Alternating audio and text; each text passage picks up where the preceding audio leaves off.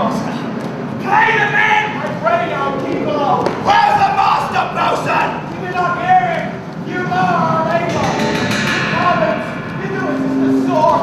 Hey, good, be patient.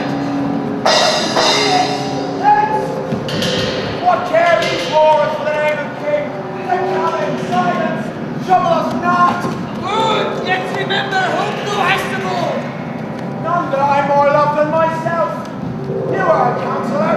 If you can command these elements to silence and work the peace of pleasure, will not handle all more. If you cannot, let your lips so long. Cheerly good hearts! Out of my way, I say. I'll break on from this middle. Upon him, his complexion is perfect gallows. If he be not moved to be hanged, our case is miserable. Now for the top mast! Yeah! Lower, lower! Bring her to try with the main course! Great upon this howling now, louder than the weather hall office! And again, what do you here? Everyone to see, showing your overcrown. A pox on your throat, you falling, blasphemous enchanted dog! Anchor high! Consonants of the North Maker! Weariness afraid to be drowned than thou art! I warrant you for drowning, though the ship are no stronger than an oxen, and as leaky as an old-found sponge. There, a hold! A hold! Set her two courses off to sea again! Let her off!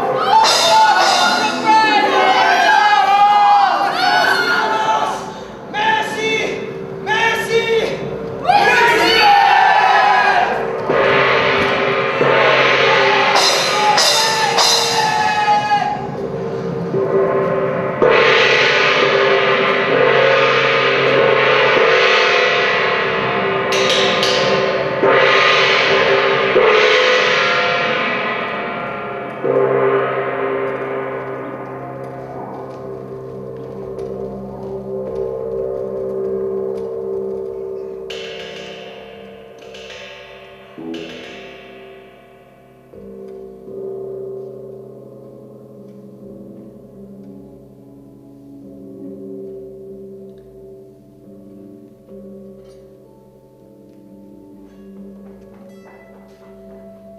If by your art, my dearest father, you have put the wide waters in these four, a laven, of the sky seems to pour down sinking pitch, that the sea melting to the waking's cheek dashes the fire out. Oh, I have suffered with those I so suffer. A brave vessel who had no doubt a noble creature in her, dashed all to pieces. Oh, the cry did knock against my very heart. Oh, souls they perished. Elected, no more amazement. Tell your piteous heart there's no harm done. Oh, woe the day. No harm. I have done nothing but in care of thee. Thee, my dear. Thee, my daughter. What ignorant of who thou art, not knowing of whence I am, nor that I am more than Prospero. Master of a full Porcel, and thy no greater father. More to know did never meddle with my thoughts. Time should inform thee fair. Lend thy hand, pluck my magic yarn from.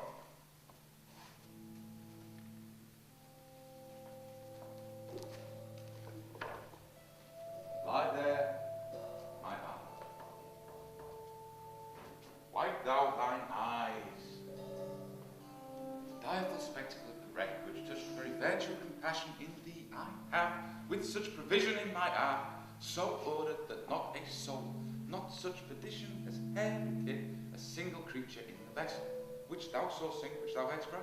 Sit, for thou must now no further. You have often begun to tell me what I am, but stopped and left me to a bootless inquisition concluding in Spain. Not yet. The time has come. The very minute bids thee open thine ears. Obey, be attentive. Canst thou remember a time before we came into this cell? I think thou canst not, for thou wert not out 3 years old. Certainly, sir, I can. By what? By any of the household person of the image. Tell me that thou was kept within thy remembrance. 'Tis far off, and rather like a dream than an assurance that my remembrance warrants. Had I not 4 or 5 weeping ones that tended me? Thou hadst and more, Miranda. But how is it this lives within thy mind? What else can thou see in that dark, backward abysm of time? If thou canst remember, or ere thou camest here, how thou camest here thou mayest. But that I do not. 12 years since, Miranda. 12 years since. Thy father was the Duke of Milan and a prince of power. Sir, not you, my father. Thy mother was a piece of virtue, and said thou was my daughter. And thy father was the Duke of Milan, and his only heir, Prince nowhere's issue. Oh, the heavens! What foul play had we that we came from thence? Or blessed was we did? Both, my dear. By foul play, as thou sayest, we were heaved thence, but blessedly hop hither. Oh, my heart bleeds to think of the thing that I have turned you to, which is from my remembrance. Please, your father. My brother, thy uncle, called Antonio. Pray thee mark me that a brother should be so perfidious. He who next to thyself in all the world I love, and to him put the manage of my state, the government I cast upon my brother. To my state I grew stranger, being transported and wrapped in secret studies. My false brother, dost thou attend me? Sir, most peacefully. Having both key, officer and office, set all hearts in the state to what tune pleased his ear. Now he was the ivy that hid my princely trunk, sucked the virgin out on it. Thou attend'st not. Good sir, I do. Pray thee mark me. In my false brother there awoke an evil nature. My trust, like a good parent, did beget of him a falsehood. In this country as it was, he being thus lauded did believe he was indeed the Duke. Hence his ambition growing. Dost thou hear? Good sir, your tale would cure deafness. He needs be. Absolute Milan. Me, poor man, my library was dukedom large enough. Of temporal royalties he now thinks me incapable. Confederates with the King of Naples. To pay him homage, do him tribute. Subject the coronet to his crown. To bend the dukedom yet unbowed, alas, poor Milan. Most ignoble student. Oh, the heavens. Mark his condition and tell me if this might be a brother. This King of Naples, an enemy to me inveterate, hearkens my brother's suit, which was, that in lieu of the premises of homage, and I know not how much tribute, that he should presently extirpate me and mine from the kingdom, and confer fair Milan with all honours upon my whereon a treacherous army levied one midnight, fated to the purpose, did Antonio open the gates of Milan, and in the dead of darkness, the ministers for the purpose hurried thence, me and thy crying self. Oh, alas! I not remembering how I cried over that, we cried over again. It is a he that rings my eyes to. Hear a little further, and I will bring thee to present business, without which this story would be most impertinent. Wherefore did they not that hour destroy us? Well demanded, wench, for my tale does provoke that question. They daresn't. So dear was the love my people bore me. In few, they hurried us aboard a bark, carried us some leagues to sea, and there prepared a rotten carcass of a but not rig nor tack, a sail nor mast. The very rats instinctively quitted. And there they hoist us, to cry to the sea that roared to us, to sigh to the winds whose pity sighing back did us but loving wrong. Alack, what trouble was in them to you? Oh, the cherubim, thou was that did preserve me, thou didst smile, infused with a fortitude from heaven. When I have decked the sea with drops full salt, and under my burden grown, which raised me up in an undergoing stomach to bear up to what should ensue. How can we assure? By providence divine. Some fresh water we had, and some food that a noble Neapolitan, Gonzalo, had given us, with rich garments, linen, stuffs, necessities, which since have stated much, And, knowing I love my hopes on his charity, whom volumes I prized above my duty. Would I might but ever see that man. Now, I arise. Sit. Hear the last post you saw. Here in this island we arrive, and here have I, thy schoolmaster, made thee more profit than other princes can with, more time for vainer hours, and tutors not so careful. Heavens thank you for it. And now I pray you, sir, for still 'tis beating in my mind. You reason for raising this sea store. Know this, Farfel, by accident most strange, bountiful fortune, hath my enemies brought to this shore. I find my prescience does depend upon a most auspicious star, which if I now not call but omit, my fortunes will forever true. Cease small questions. Thou art inclined to sleep, and it is a good dullness. Give way to it. I know thou cannot choose.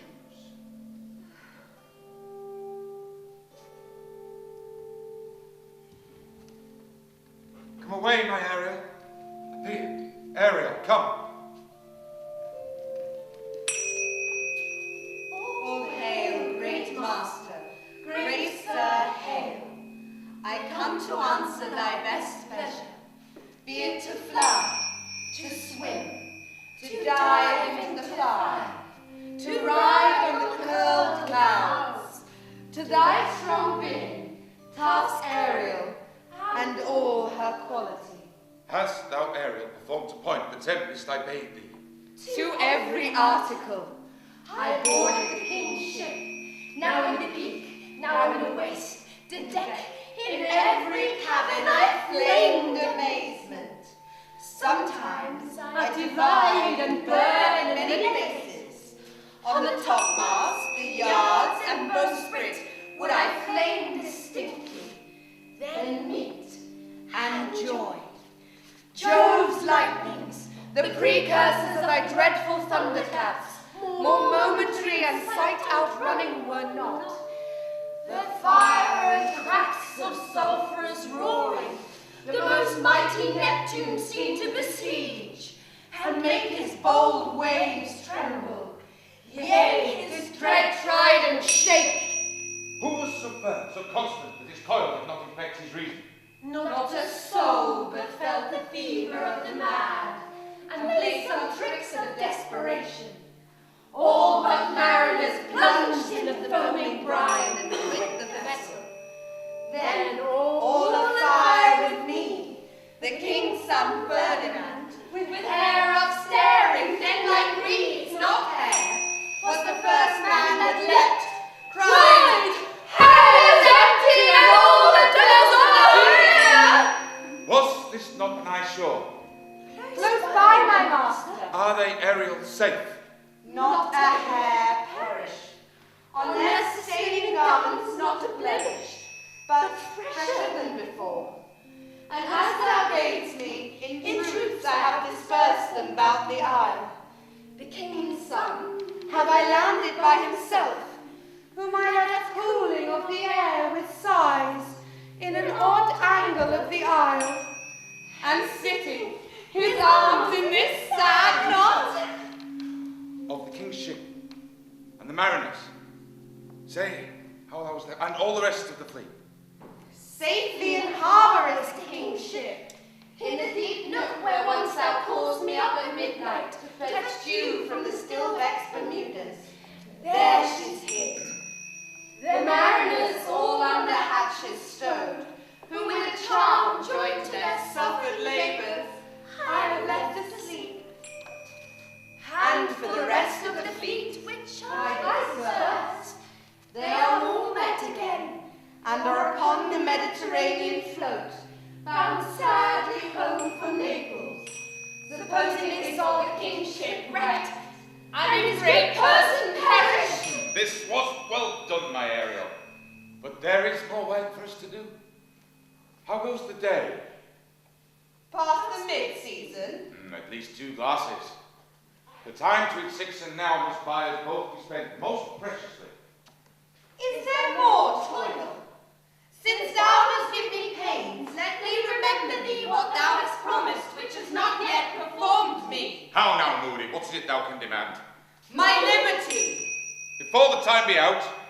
No more. I prithee remember, I have done thee worthy service, told thee no lies, made no mistakings, served without grudge or grumblings. Thou didst promise to bade me a full year. Hast thou forgot from what a torment I did free thee? No, do not, sir. Thou liest, malignant thing! Hast thou forgot the foul which Sycorax, who with age and envy was grown into a hoop? Hast thou? No, sir. Thou hast. Where was she born? Tell me. Sir, in Algiers. Oh, was she? I must once a month recount what thou hast been which thou forgets. This foul witch Sycorax, who enter human hearing from Algiers, was banished for the one thing she did they could not take care like. Is this not true? Aye, sir. This blue-eyed hag was hither brought with child, here left by the sailors.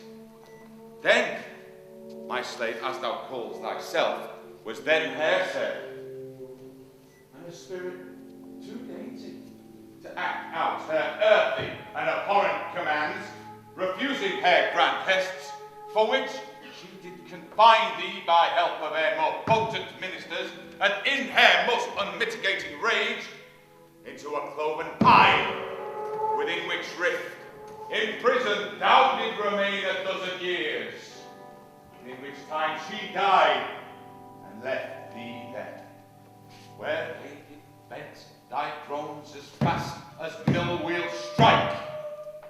Then was this island, save for that son she did litter here, fecund, well hag-born, not honoured with human shape. Yes, Caliban, her son. Damn thing, I say so. He that Caliban. Thou best know what a torment I did free thee. Thy groans did make the wolves howl, penetrating the breasts of ever-angry bears. It was a torment to lay upon the damned, which Sycorax could not again undo. It was by my art when I arrived, and made gape the pine and let thee out. I thank thee, master.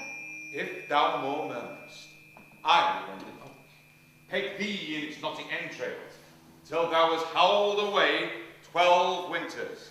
Pardon, master. I will be correspondent to command, and do my spriting gently. Do so, and in 2 days I will free thee. That's my noble master. What shall I do? Say what? What shall I do? Go make thyself like a nymph of the sea. Be subject to no sight but mine and thine, invisible to every eyeball else. Go take this shape and hither come in. Go, hence with diligence.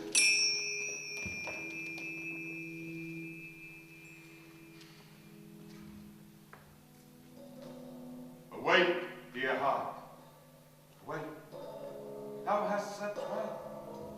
Awake. The strangeness of your story puts heaviness in me. Shake it off. We must visit my slave Caliban, who never yields a kind answer. 'Tis a villain, sir, I do not love to look on. As it is, we need him. He does make our fire, fetch our wood, and serves in offices that profit us. What, O slave? Caliban, thou speak. There is wood enough within. There's other work for thee. Come now, tortoise. Hence. Fine apparition, my dainty Ariel. Hearken then. My lord, it shall be done.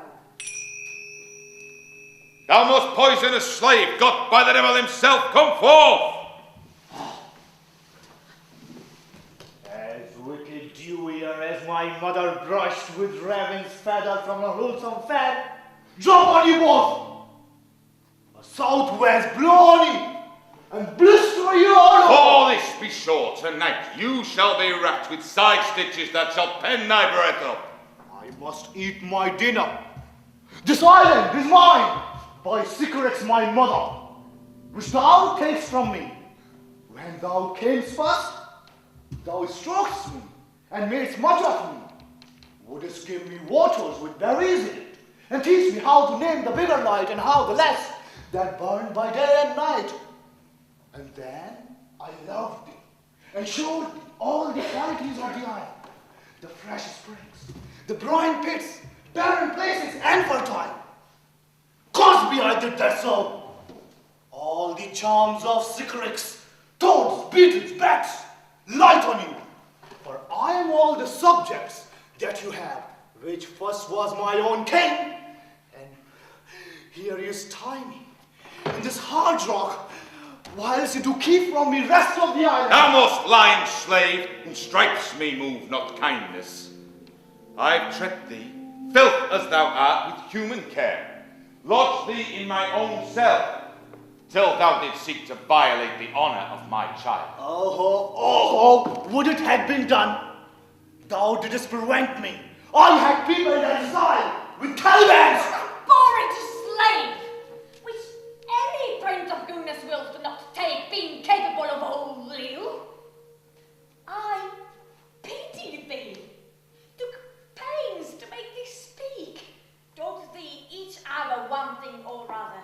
When thou didst not, savage, know thy no meaning, but didst gabble like a thing most brutish, I endowed thy purposes with words and made them known.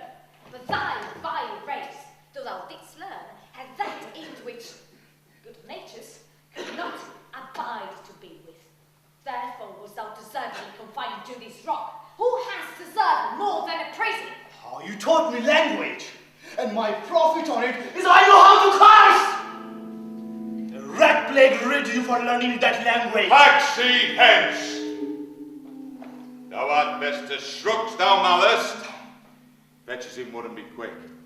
If thou neglects, nor doesn't willingly what I say, tonight I will rack thee with old pains. Make thee roar that beasts shall tremble at thy din.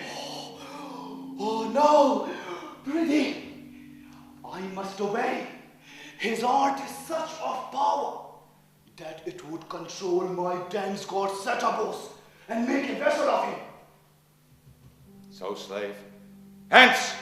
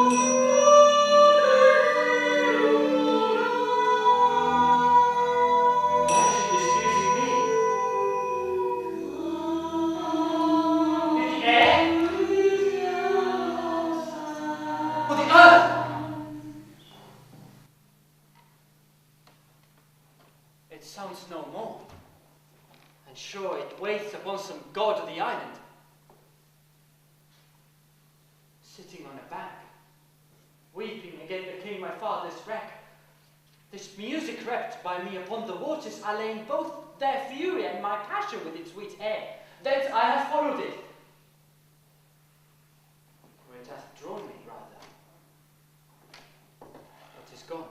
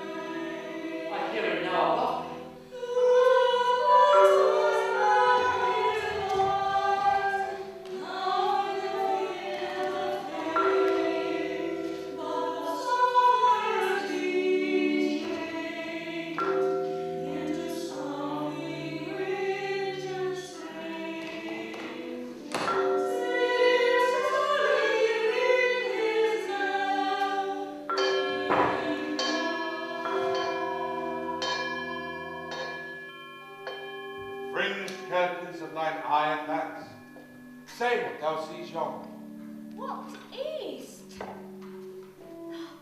A spirit? Oh, how it looks about. Oh, believe me, sir, it carries a brave form. Oh, but 'tis a spirit. No, wench. It eats, it sleeps, it hath such senses as we have. Such. This gallant which thou seest was in the wreck. Though he's something stained with grief, one might call him a goodly man. He's lost his fellows and strays about to find them. I might call him a thing divine. For nothing natural I ever saw so noble. It goes on as my soul perceives it. I will free thee within 2 days for this. Most sure the goddess on whom these airs attend. Vouchsafe my prayer, may know if you remain upon this island, and that your will some good instruction give how I may bear me here. My primary request, which I do thus pronounce, is, you wonder if you be made or no? No wonder, sir, but certainly made. My language. I am the best of them that speak this speech whereat a word is spoken. How the best? What would thou have the King of Naples heard thee? Single thing, as I have now the wonders to hear thee speak of Naples. He does hear me, and that he does, I weep. Myself am Naples, who with mine eyes never since had e'er beheld the king my father wrecked. Yes, faith, and all his lords, the Duke of Milan and his brave son been twain. The Duke of Milan and his more braver daughter could control thee if it were now fit to do so. At first glance they've changed eyes. A word, good sir. I fear you've done yourself some wrong. A word. If a virgin and your affection not gone forth, I'll make you the Queen of Naples. One word more, I charge thee, thou do attend me. Thou dost hear usurp the name thou ought not, and hast put thyself on this island as a spy, to win it from me, the Lord on it. No, as I am a man. There's nothing ill can dwell in such of so fair house, good things will strive to dwell with it. Come, speak you not for him. Follow.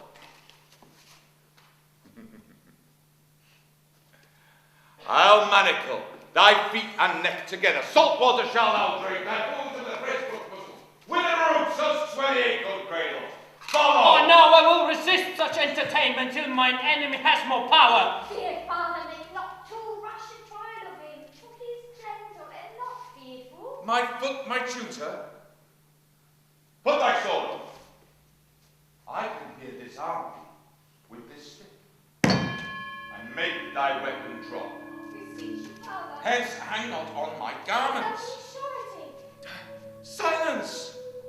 One word more and I shall child thee, if not hate thee. An advocate for an impostor?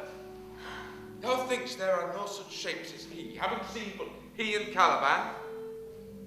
To the most of men, this is a Caliban. They to him are angels. My affections then are most humble. I have no ambition to see a goodly man. Come, obey. Thy nerves are in their infancy again. Have no vigor in them.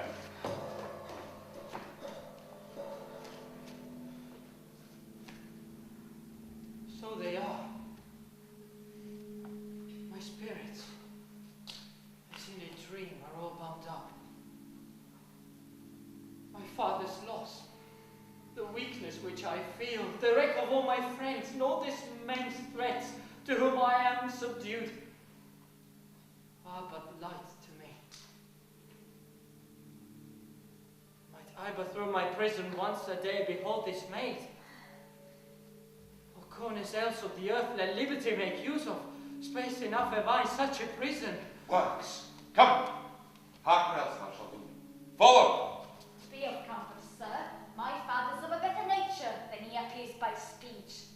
This is unwonted which thou came from him.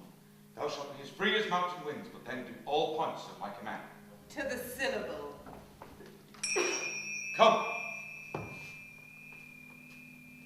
Follow. Speak you not for him.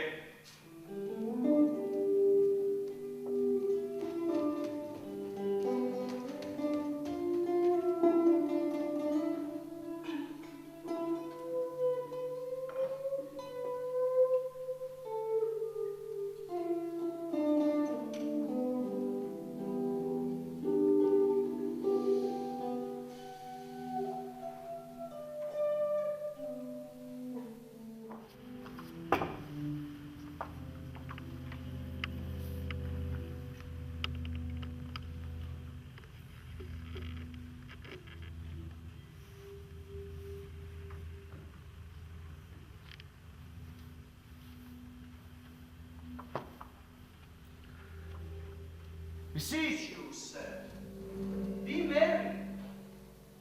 You have cause, so have we all of joy. For our escape is much beyond our loss. Our hint of woe is common. Every day some sailor's wife, the masters of some merchant, and the merchant have just our theme of woe.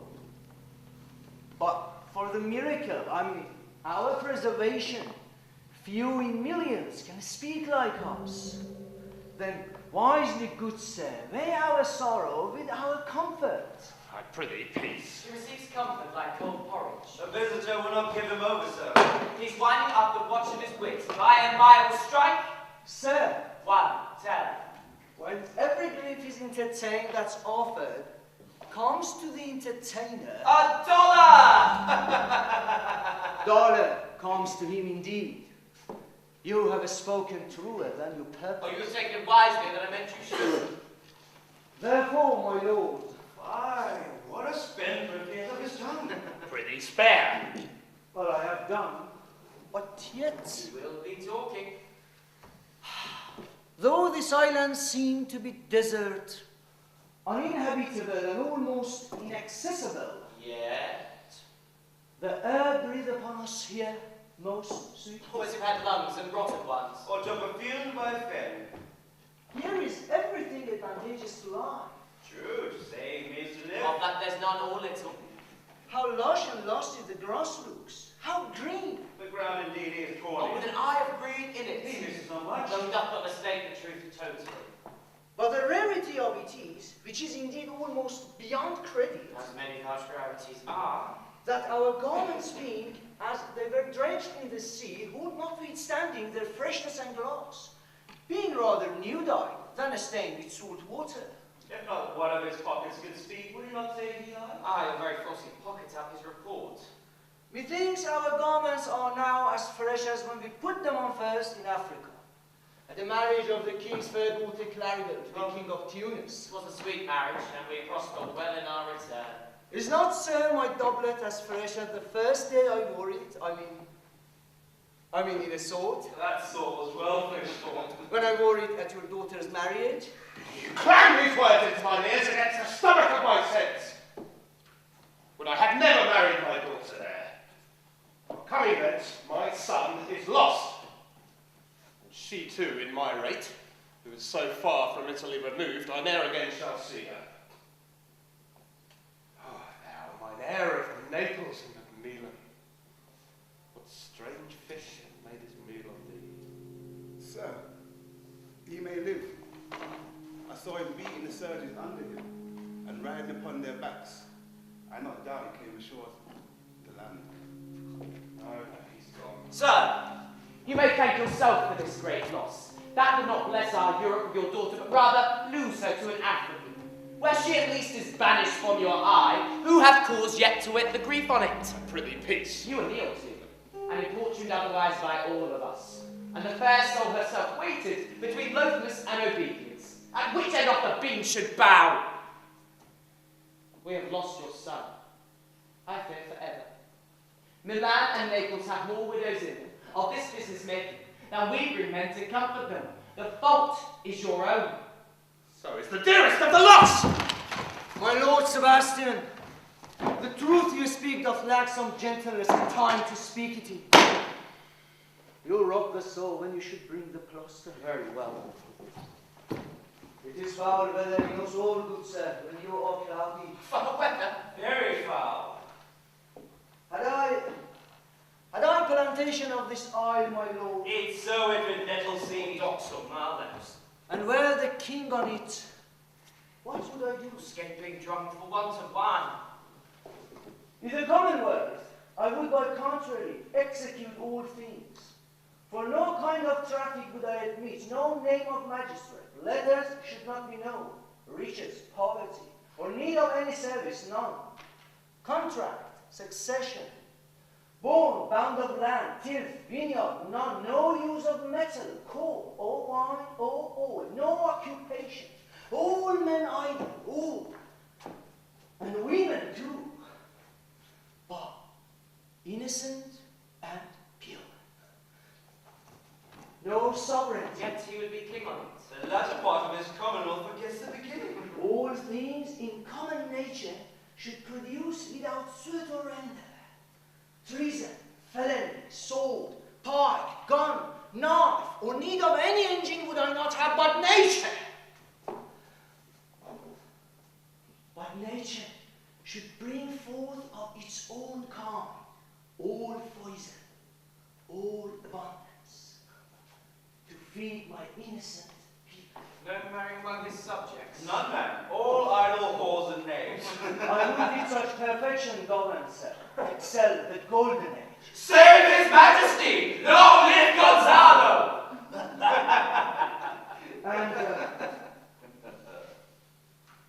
And do you want me, sir? Prithee no more. Thou dost talk nothing to me. I do well believe your highness. And did it to minister occasion to these gentlemen who are of such sensible and nimble lungs that they always used to laugh at nothing. It was you we laughed at. Who, in this kind of merry fooling, am nothing to you, so you may continue and laugh at nothing still. What a blow was there given! And had not fallen flat long. You are gentlemen of brave metal. You would lift the moon out of her sphere if she would continue in it 5 weeks without changing. Oh, we would so, and then go a back-bowling. Nay, good my lord. Be not angry. No, I warrant you. I will not adventure my discretion so weakly.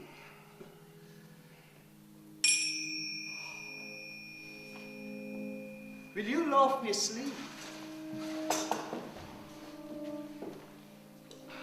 For I am very heavy. Go, sleep, and hear us.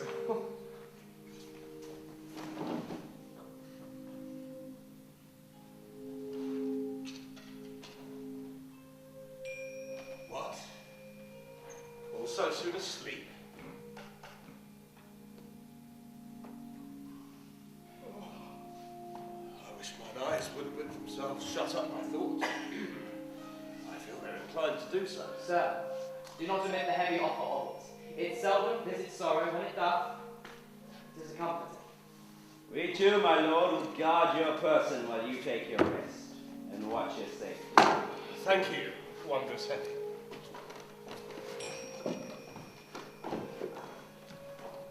What a strange drowsiness possesses me. It is the quality of the climate. Why doth it not then our eyelids sink? I find not myself disposed to sleep. Nor I. My spirits are nimble.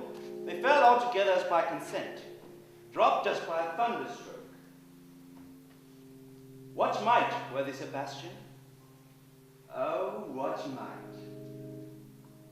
No more. And yet, methinks I see it in thy face what thou shouldst be. The occasion speaks thee, and my strong imagination sees a crown dropping upon thy head. What, art thou waking? Do you hear me speak? I do, and surely it is a sleepy language, and thou speakest out of thy sleep. What is it thou didst say?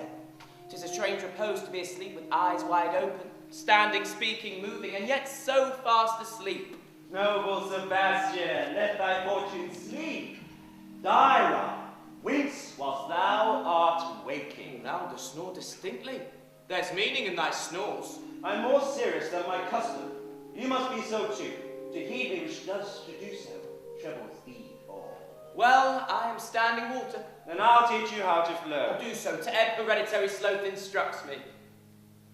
If you knew how you, the purpose you cherish, was thus you mock it, and stripping it the more you invest it. Ebbing men indeed do so most often near the bottom of the run by their own fear of sloth.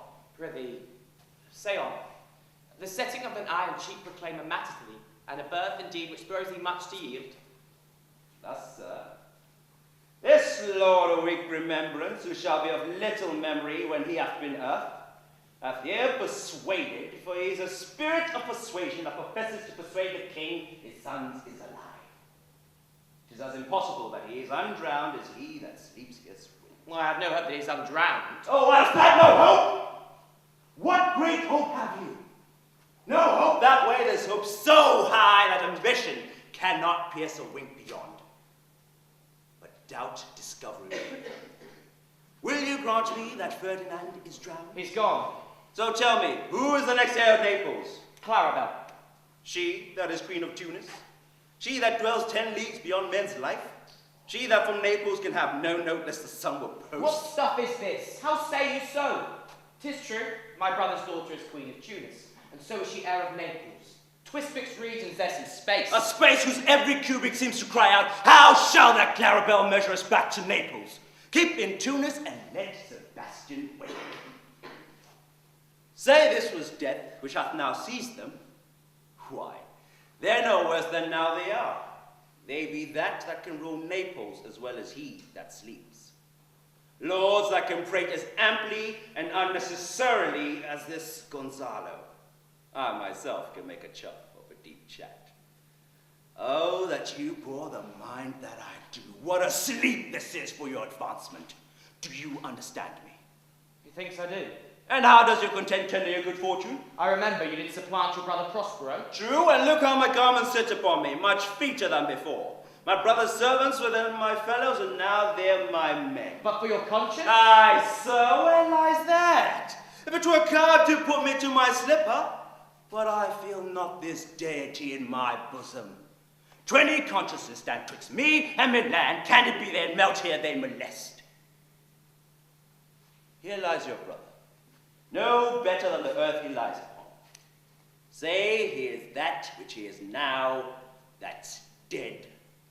Whom I, with this obedient steel, 3 inches of it, can lay to bed forever. Whilst you doing thus to the perpetual wing, for I might make this ancient morsel, this Prudence, Who shall not upbraid our course? As for the rest, why, they'll take suggestion as a catnap's milk, and they'll tell the clock to whatever business we say befits the hour. Thy case, dear friend, shall be my precedent. And thou got to Milan, I'll come by Naples. Draw thy sword. One stroke shall free thee from a tribute thou pest, and I, the king, shall love thee. Draw together. And when I reel my hand, you do the like to fall it on one's heart. Oh, but one word.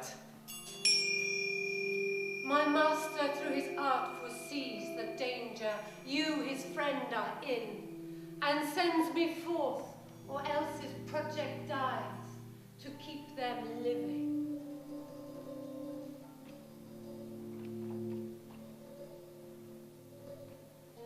While you here do snoring lie, open-eyed conspiracy his time doth take. If of life you keep a care, shake off slumber, and beware. Awake, awake. Let us both be sudden. Now will you preserve the king! Quiet! Out! Awake! Why are you drawn? Wherefore such ghastly looking? What's the matter? Whilst we were stood here securing your repose, we heard a hollow burst of bellowing, like bulls, or rather lions. Did it not wake you? It struck my ear most terribly. I heard nothing. Ah, 'twas a din to fright the monsters here, to cause an earthquake. Sure, 'twas a roar of a whole herd of lions. Heard you this, Gonzalo? Upon mine honor, sir, I heard a humming. And that a strange one too, which did awake me. I shaked you, sir, and cried. As mine eyes opened, I saw their weapons drawn. There was a noise, that's verily. 'Tis best we stand upon our guard, or that we quit this place. Let's draw our weapons. Lead off this ground and make further search for my poor son. Heavens keep him from these beasts, for he is sure is the island. Lead away! Prospero, my lord, shall know what I have done. So, king, go safely on to seek thy son.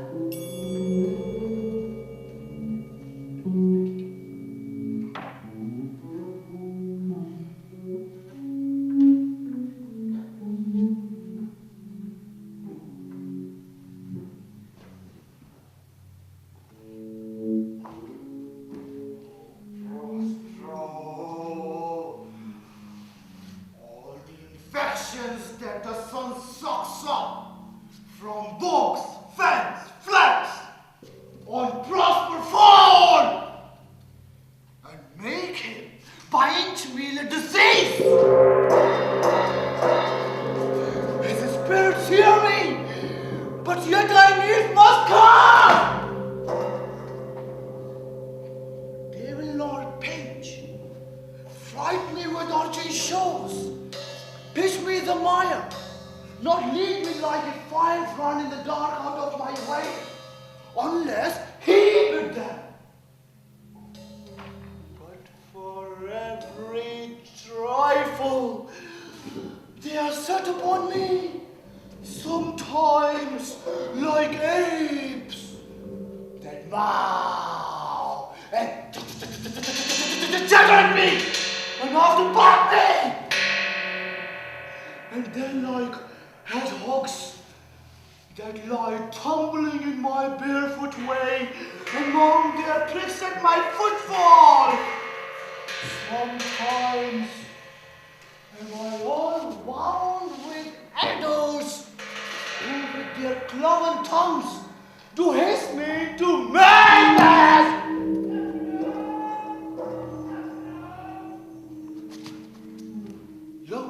Lo, here comes a spirit of his to torment me for bringing in wood slowly.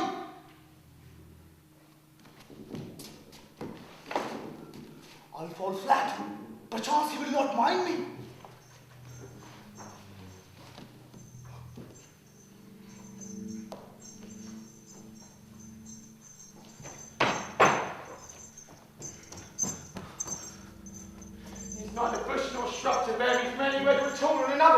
quivering.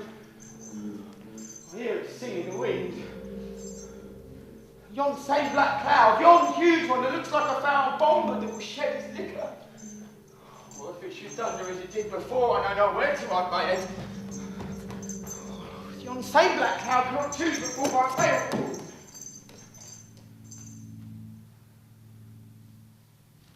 What we here?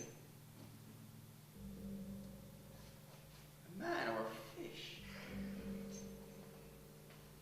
Dead or alive?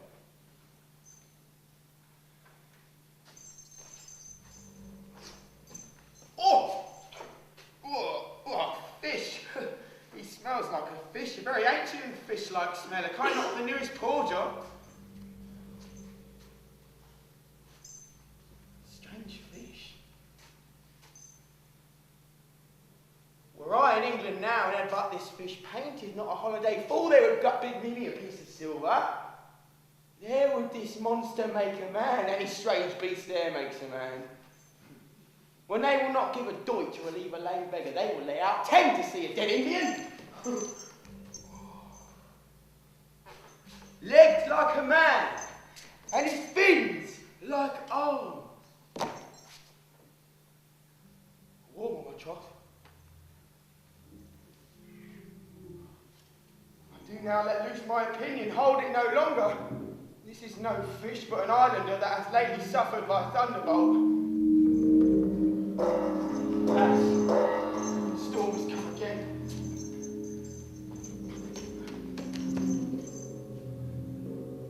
My best way is to hide under his gabardine. There's no other shelter hereabouts.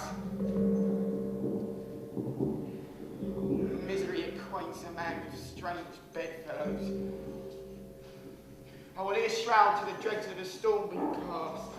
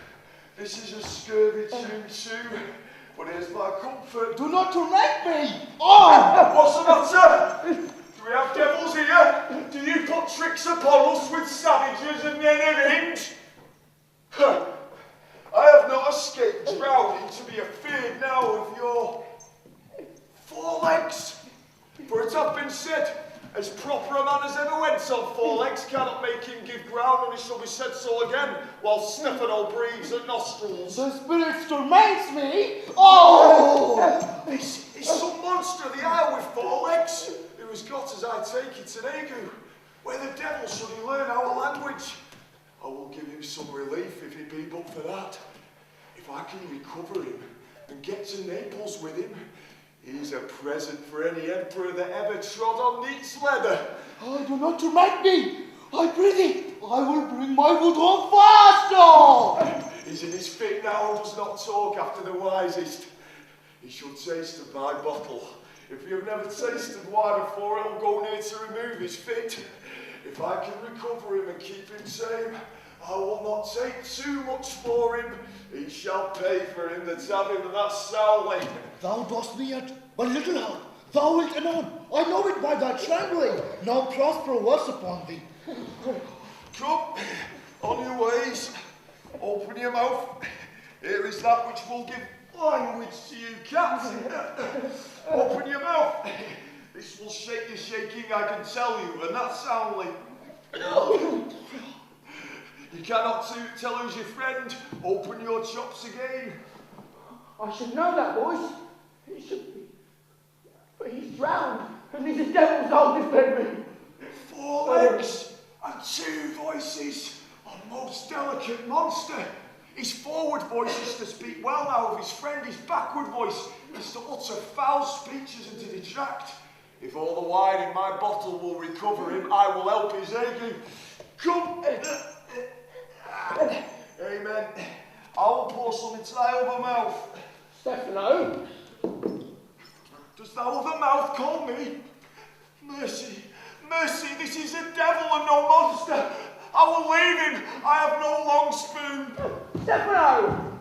If thou beest, Stephano, touch me and speak to me. For I am Trinculo. Be not afeard. Thy good friend Trinculo.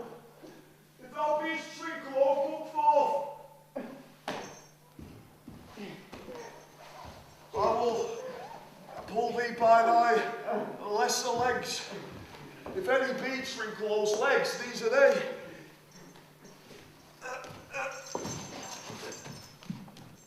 Thou art very Trinculo indeed.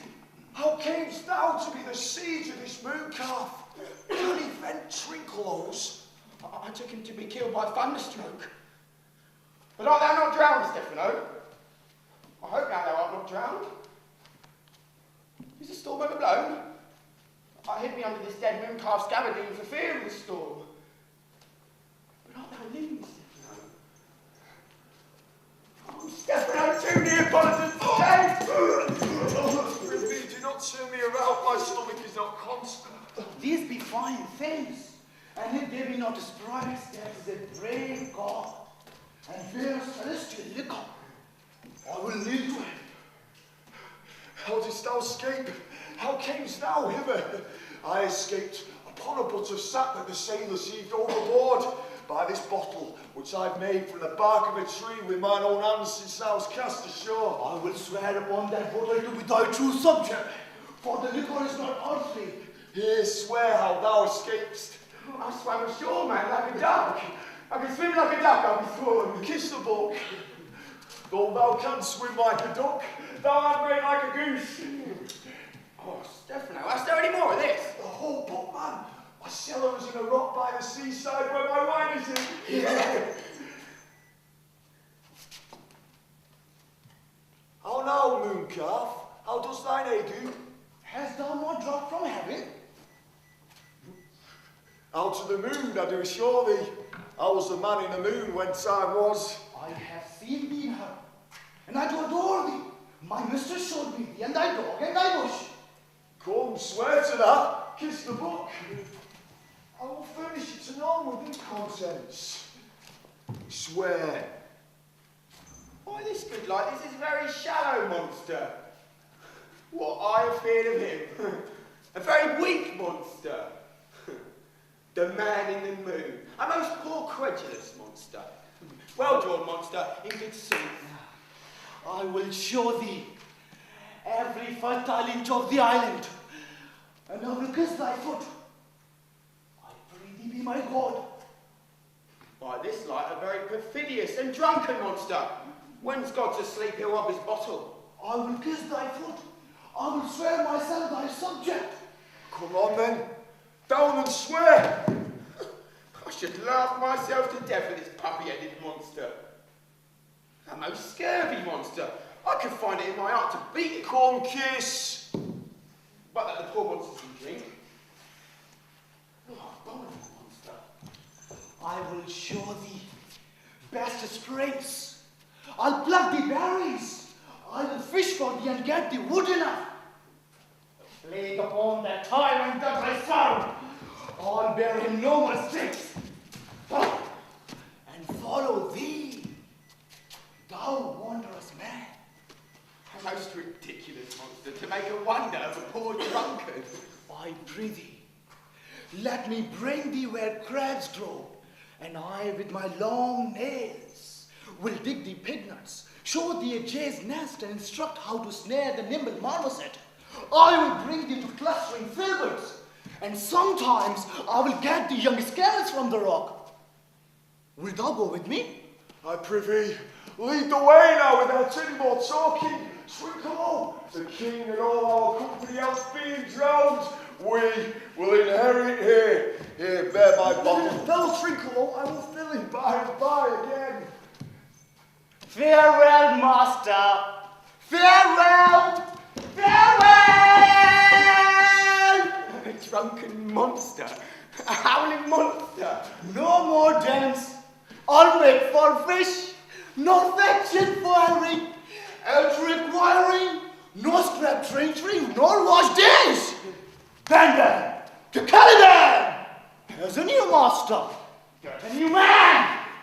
Freedom. Hide it. Hide it. Freedom. Freedom. Hide it. Freedom. Oh, brave monster, lead the way.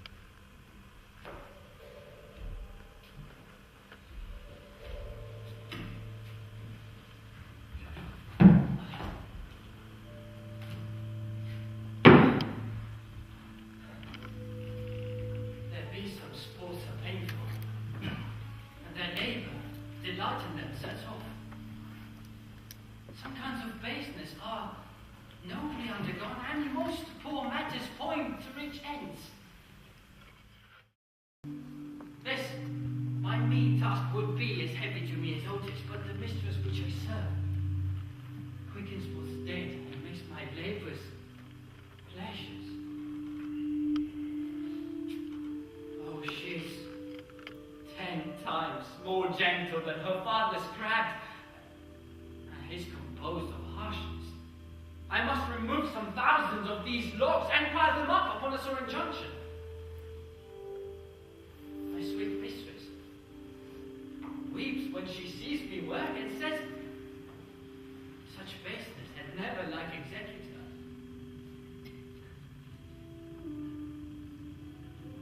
I forget, but these sweet thoughts do even refresh my labors.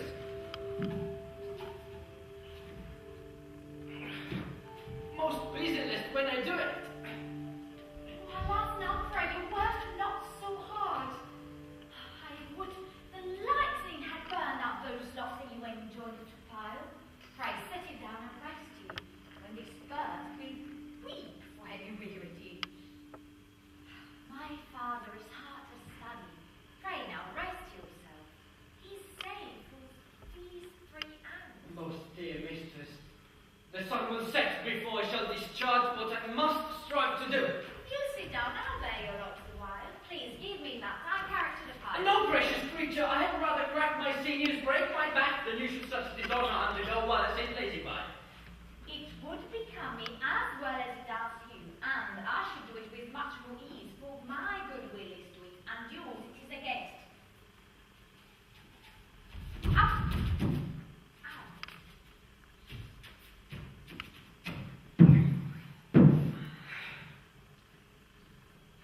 Oh, you look weary. No, noble mistress, 'tis fresh morning with me when you are by at night.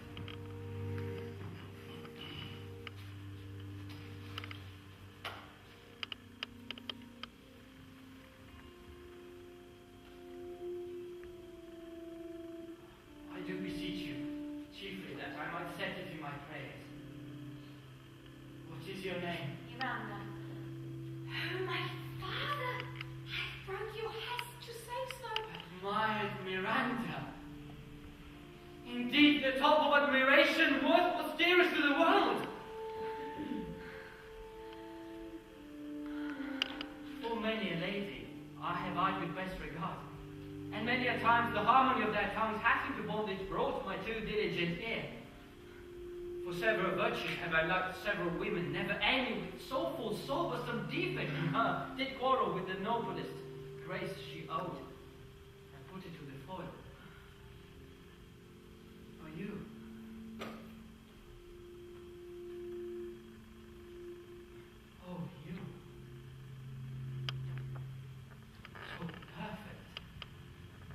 so peerless, are created of every creature's best.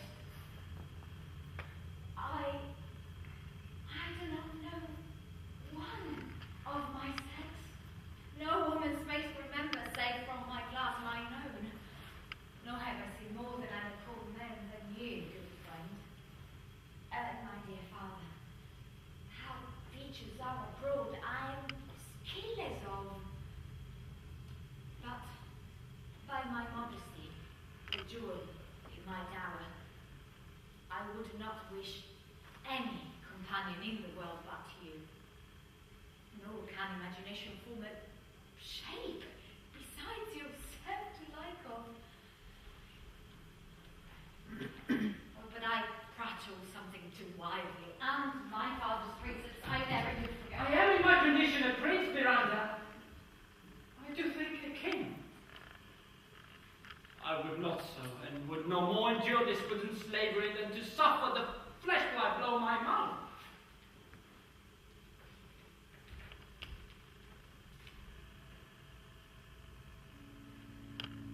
Hear my soul speak.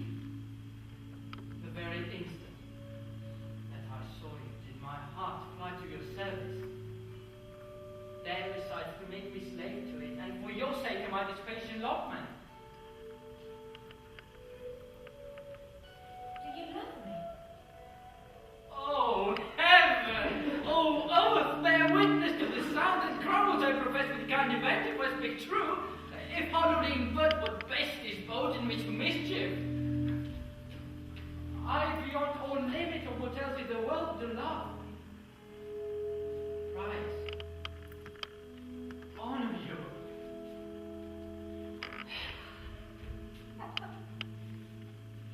I am a fool to weep towards a glad. Wherefore weep you?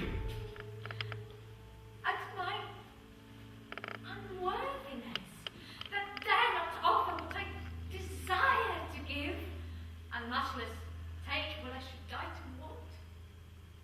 Oh, but this is trifling, and all the more he seeks to hide himself, the bigger by his shows. Hence, bashful cunning, and probably plain and holy innocence.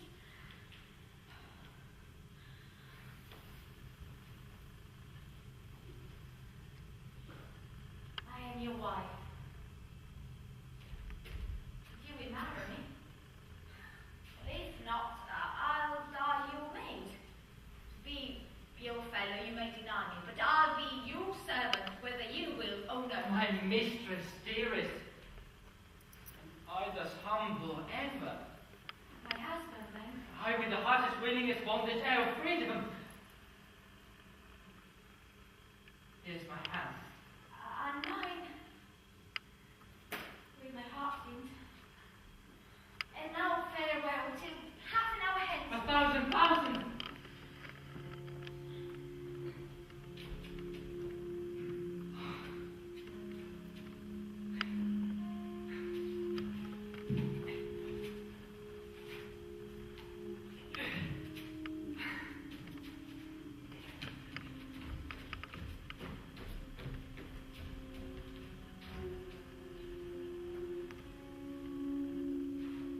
None of this is there I can't be.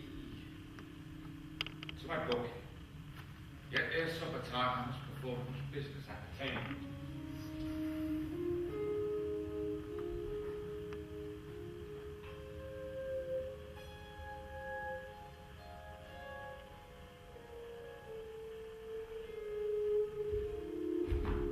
Shall not be. When the books is out, we will drink water, not a drop before. Therefore, bear up and pardon. Servant monster, drink to me. Servant monster? Folly of this island. They say there are but 5 upon this isle. We are 3. If the other 2 be brain like us, the state totters. Drink, servant monster, when I bid thee. Thy eyes are almost set in thy head. Well, how should they be set? It should be a brave monster indeed if they be set his tail. My mad monster hath drowned his tongue in sack. For my part, the sea cannot drown me. I swam ere I could recover the shore 35 leagues off and on. Mine is light, that shall be my left lieutenant's monster, or my standard. Your lieutenant, you list is no standard. Well, my rub, monsieur monster. Moon calf, speak once in thy life if thou beest a good moon calf. What does thy honour? Let me lick thy shoe. I will not serve him. He is not valiant. Thou liest, most ignorant monster. I am in case to just a constable. Thou default, this coward. Was there ever a man a coward that took as much sack as I today? Will thou tell a monstrous lie, being half a fish, not a monster? No, I'll be mocks me. Well, don't let him, my lord. Lord, quoth he, that a monster should be such a natural. Oh, no, no, again. Bite him to death, I prithee. Trinkle, keep a good tongue in your head. If you prove a mutiny, the next tree, the poor monster's my subject, and he shall not suffer indignity. I thank thee, my noble lord. Wilt thou be pleased to hearken once again to the to thee? Marry will I kneel, repeat it. I shall stand, and so shall Trinkle on. As I told thee before, I'm subject to a tyrant, a sorcerer, that by his cunning hath cheated me of the island. Thou liest, thou jesting monkey, thou! I would my valiant master would destroy thee. I do not lie. Trinkle, if you trouble him any more, it's tail. By this hand I will supplant some of your teeth. Well, I said nothing. None then, and no more. Proceed. I said, by sorcery he got this isle. From me he got it. If thy greatness will revenge it on him, and I know thou darest, but this thing dare not. That's most certain. Thou shalt be lord of it, and I will serve thee. How now shall this be compassed? Canst thou bring me to the party? Yea, my lord. I will yield him thee asleep. There thou mayest knock a nail into his hand. Thou liest, thou canst not. What a pie, nay, thou is company packed. I do beseech thy greatness. Give him blows, and take his bottle from him. For when that is gone, he shall drink naught but brine, for I will not show him where the quick freshes are. Trinkle, run into no further danger. Interrupt the monster one word further, and by this hand I will turn my mercy out of doors and make them stop this of thee. Why, what did I? I did nothing. I'll stand further off. Did thou not say lie? Thou liest. Do I so? Take now, thou! As you like this, give the line up time. I did not give the line. I'll out to your wits and hearing too. A poxy old bottle, this can suck and drinking do. I'm a horrible monster, and the devil take no fingers. Now, forward with your tale. Prithee, stand farther off. I'll beat him enough, and after some time, I'll beat him too. Stand farther. Proceed. Why? As I told thee, 'tis a custom with him in the afternoon to sleep. There thou mayest bring him. Having first seized his books, all with his log, batter his skull, or punch him with a stake, or cut his weasel with thy knife. But remember, first to possess his books, for without them he is but a sort as I am, nor hath not one spirit to command. They all do hate him as rootedly as I. But his books, and that, most deeply to consider, is the beauty of his daughter. He himself called her in on parade. I never saw a woman but Sycorax my dam, and she as far surpasses Sycorax as great as does least. Is it so brave, alas? Aye, Lord, she will become thy bed, I warrant, and bring thee forth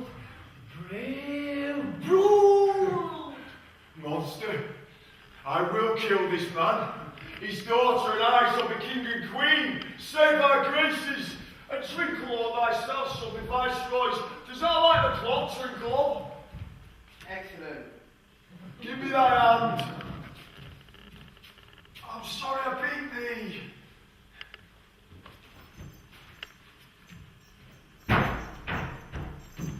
What thou livest, keep a good tongue in thy head. Within this half hour, will he be asleep without his running that? Aye, on mine honour. This will I tell my master. Thou makest me merry. I am full of pleasure. Let me jocken. Will you throw the cash you taught me but while there? Thy request wants that I will do reason, any reason. Come on, Twinkle, let's sing. Flouted and flouted, flouted and flouted, thought is free. Flouted, scouted, scouted and flouted, thought is free. Flouted and scouted, scouted and flouted, thought is free. That is not the tune. What is this saying? That is the tune of our cat's fight by the picture of nobody. If thou beest a man, show thyself in thy likeness. If thou beest the devil, take it as thou list. Oh, forgive me my sin. May you die, pays all debts, and defy me. Mercy upon us. Art thou afeard? No, once to die. Be not afeard. This isle is full of noises, sounds, sweet airs, that give delight and hurt not. Sometimes 1,000 twangling instruments will hum about mine ears, and sometimes voices that if I then had waked after long sleep, would make me sleep again. And then in dreaming, the clouds methought would open and show riches ready to drop upon me, that when I waked I cried to dream again. This will prove a brave kingdom to me, where I shall have my music for nothing. Oh, and Prospero is destroyed. Thou will bleed by the fire. Remember the story. The sound is going away. Let's follow it after do our work. Bleed monster will follow. I would that I could see this chamber. He lays it on. Come. Up with us, Stephano.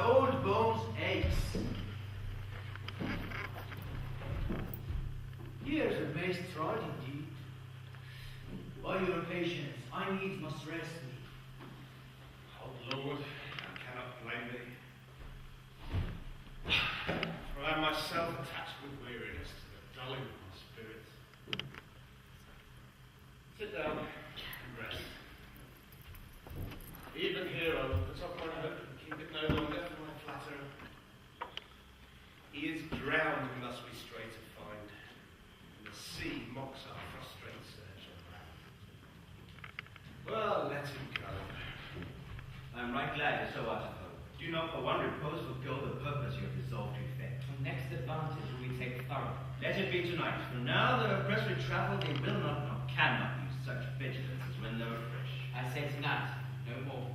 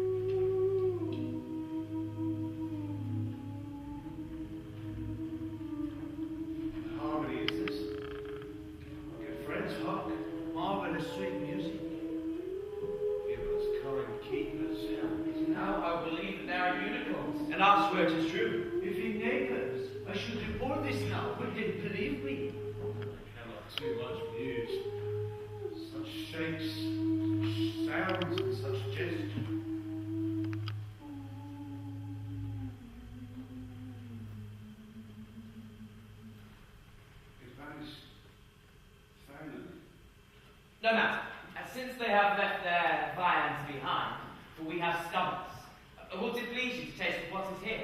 Not I. Faith, you need not fear. I will stand to and feed, although my last no matter, since I feel the best is past. Brother, my lord the Duke, stand to and do as we.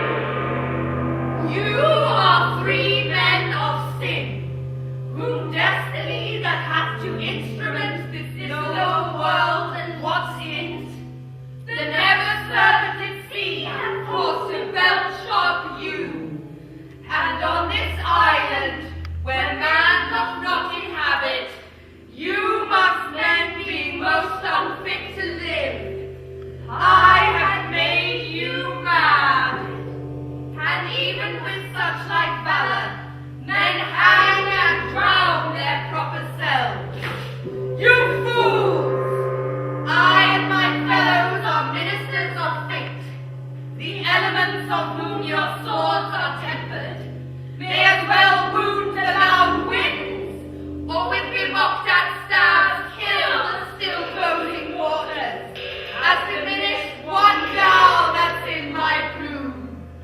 My fellow ministers are like invulnerable.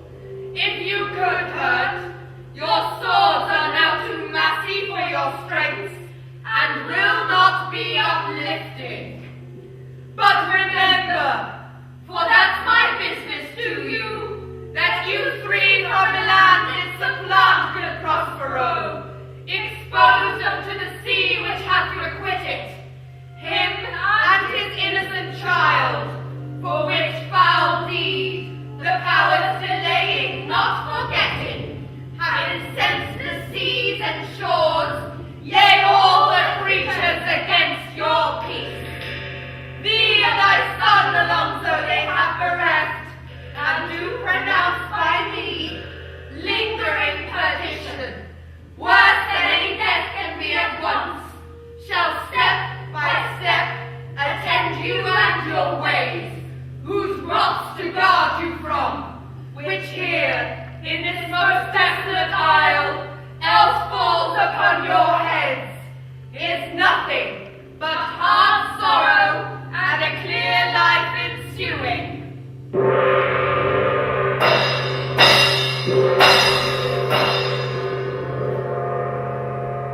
Pray to the figure of this harpy as thou performed my Ariel. They are now in my power.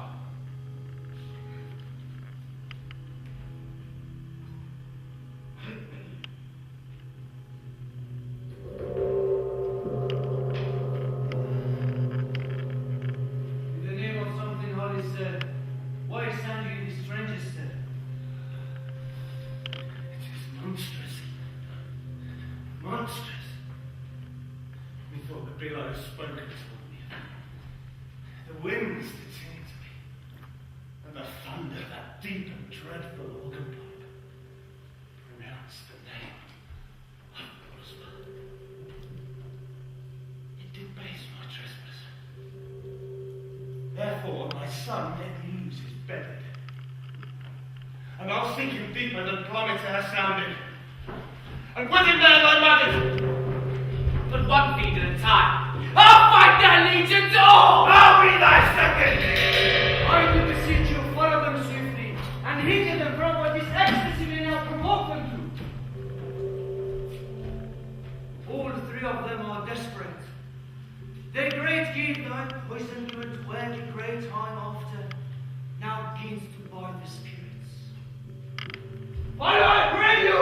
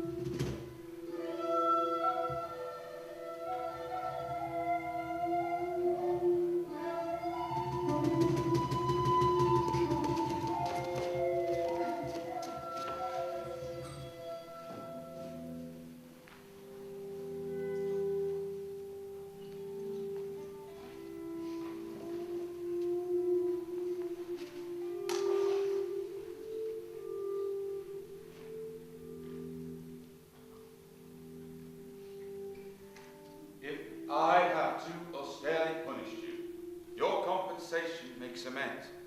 I have given you here 1/3 of my life, or that for which I live. Thy vexations were my trials of thy life. Thou hast strangely stood the test. Here before heaven, I ratify this my rich gift. Take my gold.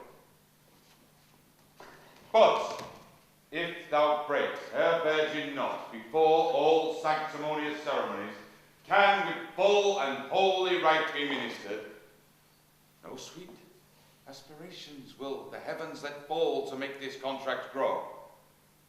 But barren hate, sour-eyed discord and disdain shall bestrew the union of your bed with weeds so loathfully that you both shall hate it. Take heed, Hymen's lamps shall light thee. As a hope for quiet days, fair issue and long life with such love as this now.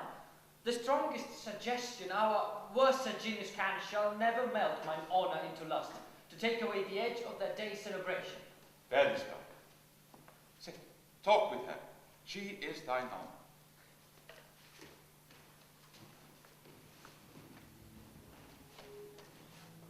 Ariel, come, my industrial servant. What would my potent master? Here I am. Go fetch the rabble over whom I gave you power here to this place. Presently? Aye, with a twink. Before you can say come and go.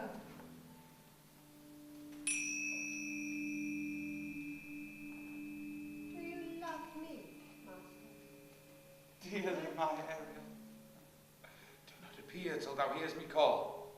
Well, I conceive.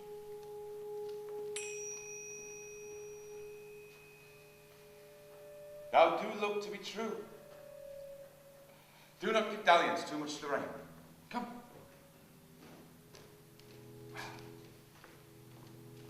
Now appear, my Ariel. All eyes. No tongue. Be silent.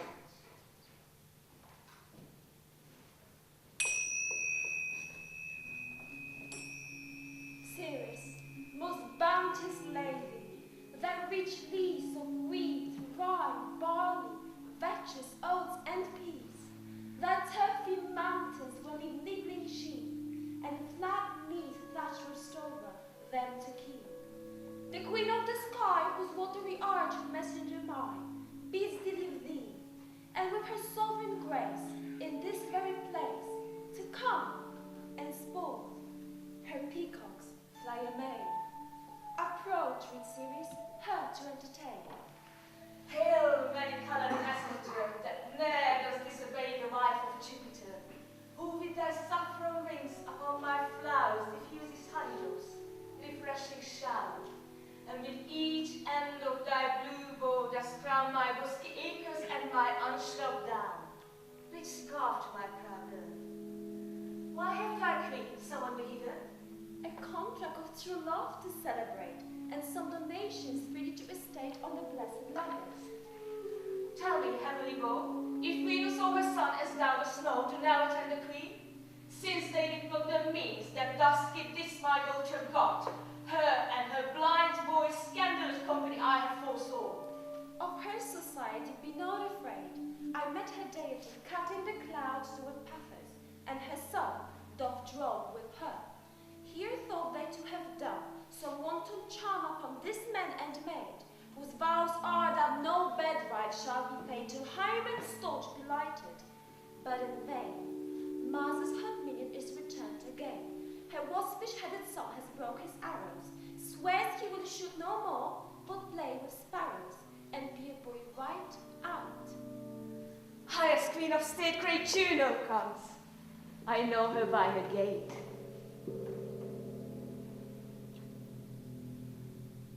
How does my bounteous sister? Go with me, to bless this twain that they may prosperous be, and honored in their issue.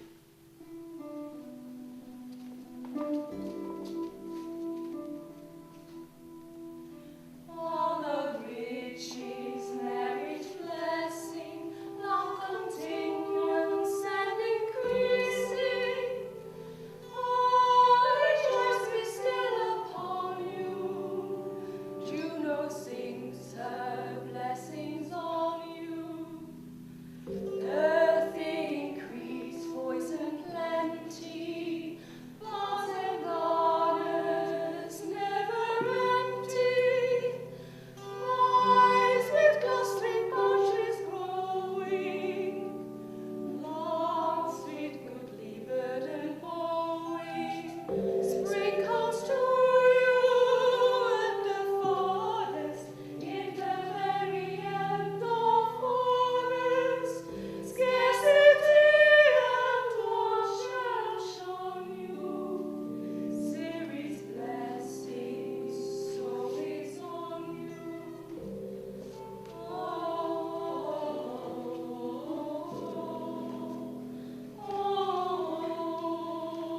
I forgot that foul conspiracy of the beast Caliban and his confederates against my life. The minute of their plot is almost here. Well done, avoid no more. You do look in a mood so as if you were disturbed. Be cheerful. Our revels now are ended. These, our actors, as our folk told you, were just spirits, and are melted into air, into thin air. And like the baseless fabric of this vision, cloud-capped towers, gorgeous palaces, solemn temples, the great globe itself, yea, all which it inherit, shall dissolve. And like this insubstantial pageant faded, leave not a rack behind. We are such stuff as dreams are made of, and our little life is rounded with a sleep. Bear with my confined. My old brain is troubled. Be not disturbed by my infirmity. Retire to my cell and there repose. A turn or 2 hour walk to still my beating mind. We wish you peace.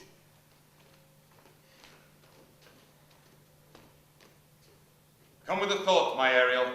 Thy thoughts I cleave to. What's thy pleasure? We must prepare to meet with Caliban. Aye, my commander. Where did you leave these varlets?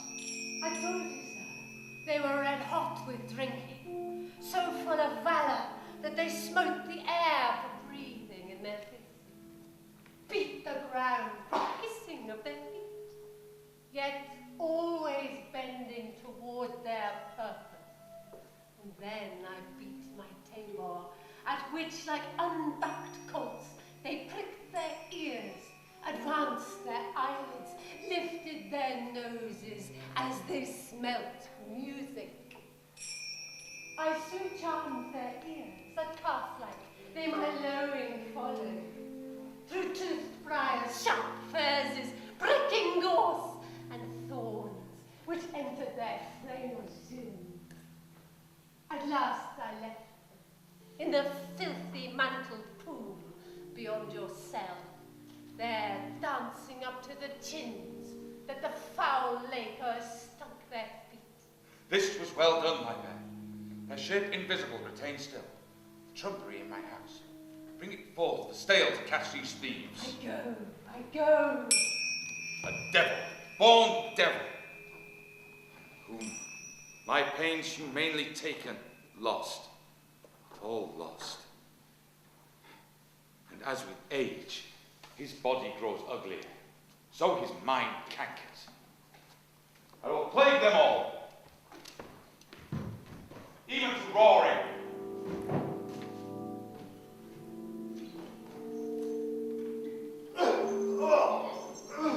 Please tread softly, that the blind one may not hear in good form. We now are near his cell. Monster, your fairy, which you say is a harmless fairy, has done little better than play the jack with us. Monster, I do smell a horse piss, to which mine own's in great indignation. So is mine. Do you hear, monster? If I should take displeasure against you, look you. Thou wert but a lost monster. Oh, good my lord, give me thy favour still, for the prize I will bring thee to shall hoodwink this mischance. Therefore speak softly, all hushed as midnight yet. I went to lose our bottle in the pool. There is not only disgrace and dishonour in that monster, but an infinite loss. Yeah, that is more to me than my wetting. And this is your harmless fairy, monster. I shall fetch off my bottle, though I be all ears for my labour. Oh, prithee, my king, be quiet. Seest thou here? This is the mouth of the cell. No noise, and enter. Do that good mischief that would make this isle thine forever, and I thy Caliban, for I thy foot liquor. Give me thy hand. I do begin to have bloody thoughts.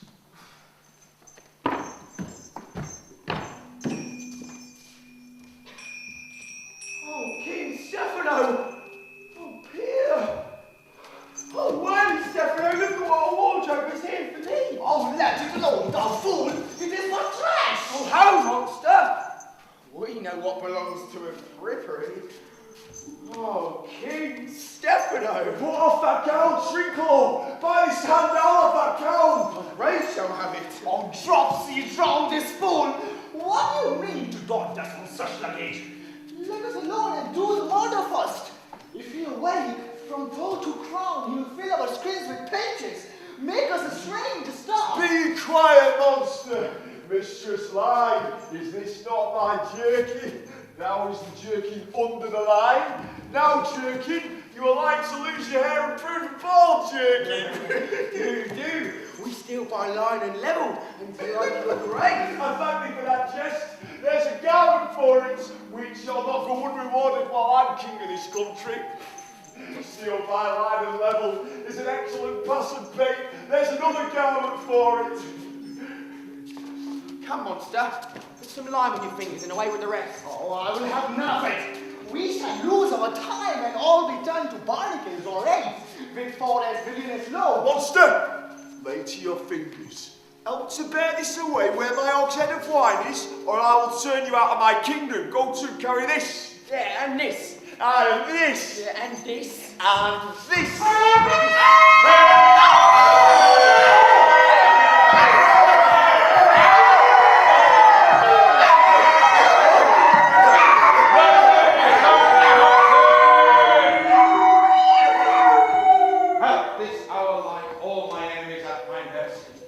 Thou shalt soon have the air of freedom, for a little follow, do me service.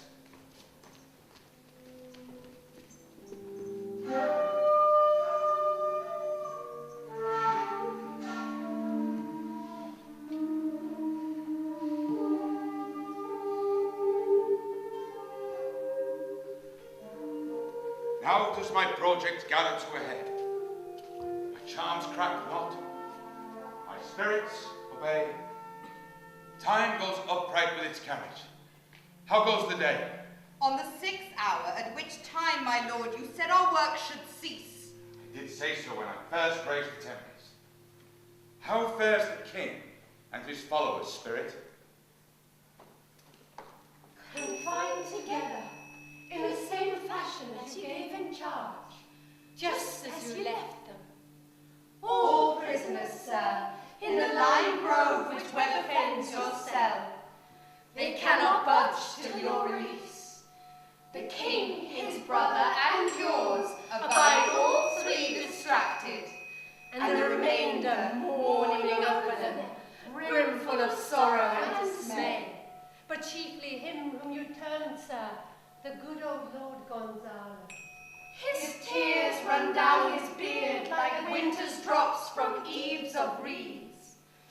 Your charm so strongly works them that, if you now beheld them, your affections would become tender. Dost thou think so, spirit? Mine would, sir. Were I human? The mind shall. Hast thou, who art but air, a touch, a feeling of their afflictions, then shall not I, one of their kind, be kindlier moved than thou art? With their high wrongs, I am struck to the quick. Though with my nobler reason gainst my fury do I take part, the rarer action is in virtue than in vengeance. They being penitent, the sole gift of my purpose doth extend as crown fair. Go, release them. Their charms I'll break, their senses I'll restore. They shall be themselves. I'll fetch them, sir.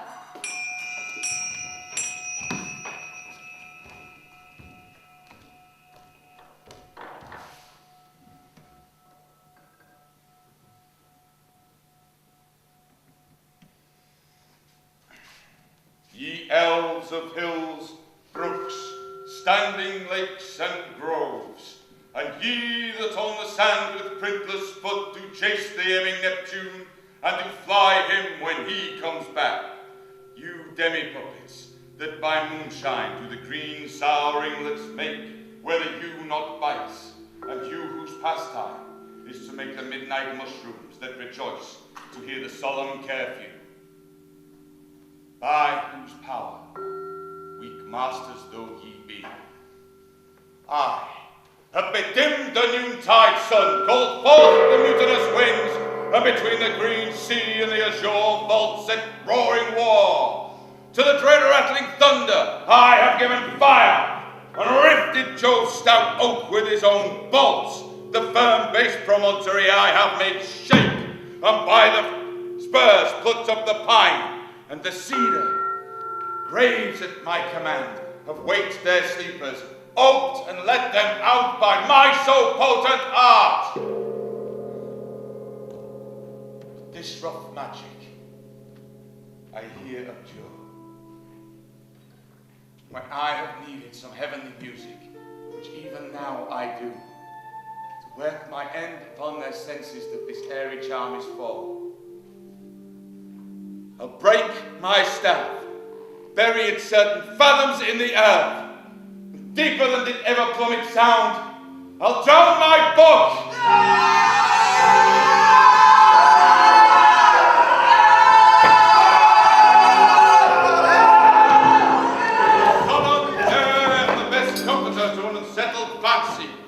Cure thy brains, now boiled within thy skull. There stand, for you are spell-stopped.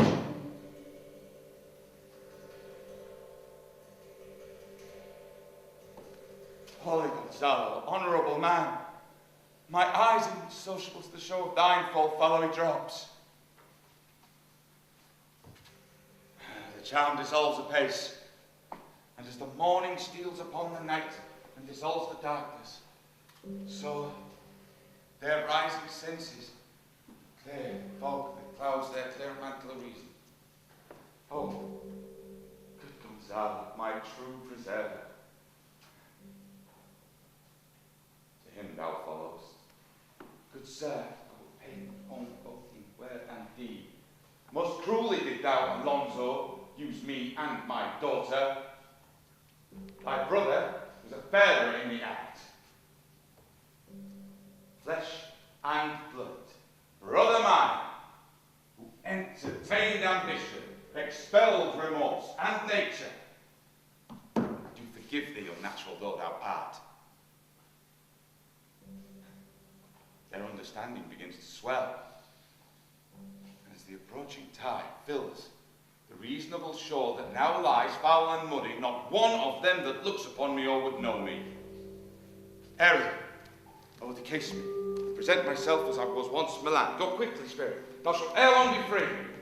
When the bees are set up I, in a house that fell I lie.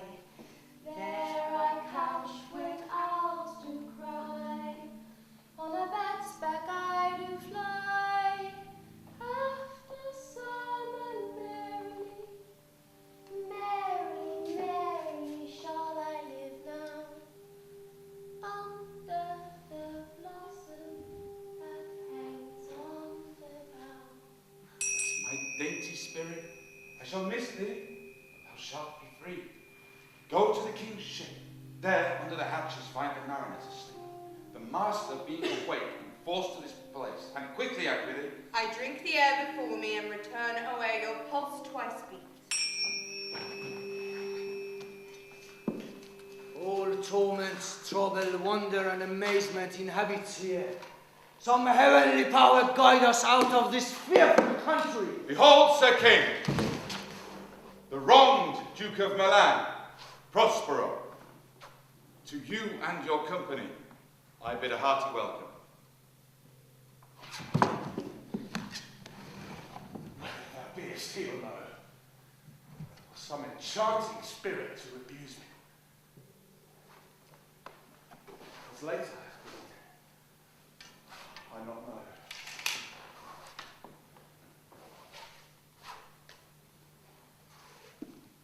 Thy pulse beats as of flesh and blood. Since I saw thee, the affliction of my mind amends, with which I fear a madness hath me. This must crave, and if this be at all a most strange story, thy dukedom I do resign, and entreat thou pardon me my wrongs. But how should Prospero be living and be here? First, noble friend, let me embrace thine age, whose honour cannot be measured nor defined. Whether this be or be not, I will not swear. You do yet taste some of the subtleties of the isle that will not let you believe things certain. Welcome, my friends all. For you, my grace of lords, were I so minded, I could pluck his highness's frown upon you, and justify you traitors. At this time, I will tell no tale. So thou speaks in heaven. No! For you, most wicked sir, whom to call brother would even infect my mouth. I do forgive thy rankest foe, all of them, and require of you my dukedom, which perforce I know thou must restore. If thou beest Prospero, he was particular to thy preservation. How thou hast met us here, whom 3 hours since were wrecked upon this ship, where I have lost. How sharp the points of that remembrance is. My dear son, Ferdinand. I am woe for it, sir. Irreparable is the loss. And patient says it is past her cure. I rather think you have not sought her help, for the like loss I have her sovereign aid and rest myself content. You the like loss. It's great to me as late. I have lost my daughter. Daughter? Oh heavens. That they were living both in Naples, the king and queen there. That they were. I wish my son, myself, were muddied in that oozy bed where my son lies. When did you lose your In this last tempest, howsoever you've been jostled from your senses, know this, I am Prospero, and that very Duke that was thrust forth of Milan to strangely land upon this shore where you were wrecked. But no more of this yet. Sir, this cell is my call. Here I have few attendants, subjects none abroad. Pray you look in. Sweet Lord, you play me false. No, my dearest love, I would not for the world. Oh, yes, for a score of kingdoms you should wrangle, and I would call it fair play. If this prove efficient of the island, one dear son shall I twice lose. A most high miracle. Though the seas threaten, they are merciful. I have cursed them without cause. All the blessings of a glad father comforts thee about. Arise, and say how thou camest here. Oh, wonder! How many goodly creatures are there here? How beauteous mankind is! Oh, brave new world that has such people in! 'Tis new to thee. What's this maid with whom thou wast at play? Thy eldest acquaintance cannot be 3 hours. Is she the goddess that hath severed us and brought us thus together? Sir, she's mortal. But by immortal providence, she's mine. I chose her when I could not ask my father for his advice, nor thought I had one. She's daughter to this famous Duke of Milan, of whom so often I have heard renowned but never saw before, of whom I had received a second life, and a second father this lady makes him to me. I am hers. But oh, how oddly will it sound that I must ask my own child forgiveness. There, sir. Let us not burden our remembrances with a heaviness that's gone. I have inly wept, or should have spoke else. Oh, look down, you gods, and on this chapel drop a blessed crown. For it is you that have chalked forth the way which brought us hither. I say, amen, Gonzalo. Was Milan thrust from Milan, that his issue should become kings of Naples? Oh, rejoice beyond the common joy, and set it down with gold on lasting pillars. In one voyage did Caliban her husband find at Tunis, and Ferdinand, her brother, found a wife, where he himself was lost. Prospero, his dukedom, in a poor isle, and all of us ourselves, when no man was his own. Give me your hands. and sorrow still embrace his heart that doth not wish you joy. Be it so. Amen. Oh, look, sir. Look, sir. Here is more of us. What is the news? The best news is that we have safely found our king and all our company. The next, that our ship, which but 3 glasses since we gave our split, is tight and and bravely rigged as when we first put out to sea. Sir, all this service have I done since I went. My tricksy spirit. These are not natural events. They strengthen from strange to stranger. Say, how camest thou hither? If I knew I were well awake, I'd strive to tell you. We were all deep asleep, and how I know not, and the hatches clapped. When even now, with strange and several noises of howling, shrieking, jingling chains, and more diverse sounds, all horrible, were we awaked. Straightway at liberty, where we beheld freshly our new gallant ship. I was in a thrice separated from them, and I know not how groping hither. What's well done? Indeed, my Ariel, thou shalt soon be free. This is a strange amaze as man hath trod. And there is in this business more than nature was ever conduct of. Some oracle must rectify our knowledge. I will, at quick leisure, which shall be shortly, explain to you which shall seem reasonable all these happened accidents. Till then, be cheerful. Think of each thing well. Ariel, release Caliban, untie us well. How fares my gracious sir? There I get missing of your company. Some few odd lads that you remembered not. Every man shift for all rest. Oh, let no man say care for himself, for all is but fortune. Caraccio, bully monster, Caraccio. These two spies which I wear in my head is a goodly sight. Oh, Setibus, these be brave spirits indeed. How fine my master is. I'm afraid you will chastise me. What stuff are these, my lord Antonio? Will money buy? Very like. One of them's plain fish and no doubt marketable. Mark but the badges of these men. Then say if they be true. This misshapen knave. His mother was a witch, and one so powerful could command the moon, make ebb and flow, and deal with it without her power. These 3 men have robbed me, and this demi-devil, for he is a bastard one, has plotted with them to take my life.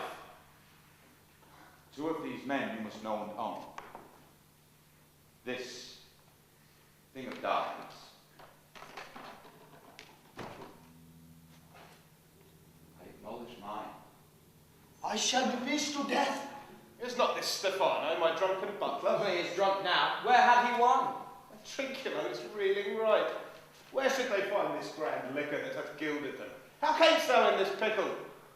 Oh, I've been in such a pickle since I saw you last. I feared it would ever out my bones. I will not fear fly, though. Why, how now? Stephano. Oh, touch me not. I am not Stephano, what a crap. You would be king of the Isles, sirrah. I would have been a sore one then. This is a stranger thing as e'er I looked on. He is as misshapen in his appearance as he is in his manners. Sir, go to my cell. Take your companions with you. As you look to have my pardon, trim it handsomely. Aye, then I will. And I will be wise thereafter and seek for grace. What a choice double as was I to take this drunkard for fool, and worship this fool. Go to. Away.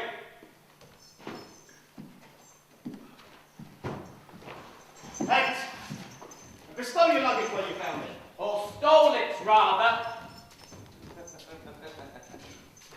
Sir, I invite your highness and his train to my poor cell. where you will rest for this one night, which most of, I no doubt, will waste with such discourse as will make it go quickly, the story of my life, and every happened accident since I came to this isle. In the morning, I'll take you to your ship, and from there to Naples, where I hope to see the nuptials of these our beloved solemnized. And then retire to my Milan, where every third thought shall be my grave. I long to hear the story of your life, which must take the ear strangely.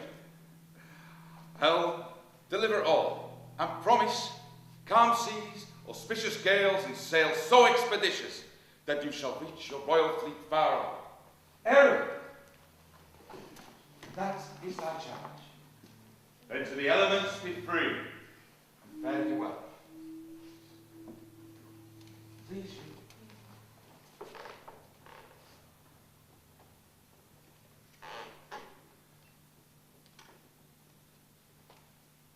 Now my charms are all overthrown.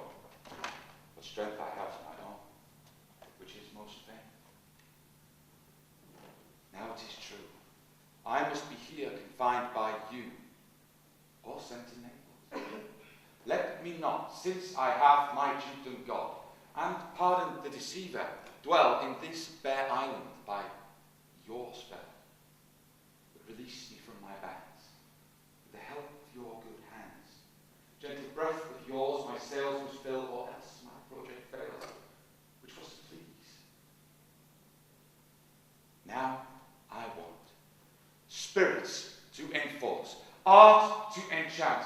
My ending is despair, unless I be released by prayer, which pierces so that it assaults mercy itself and frees all faults. As you from crimes would pardon be, let your indulgence set me free.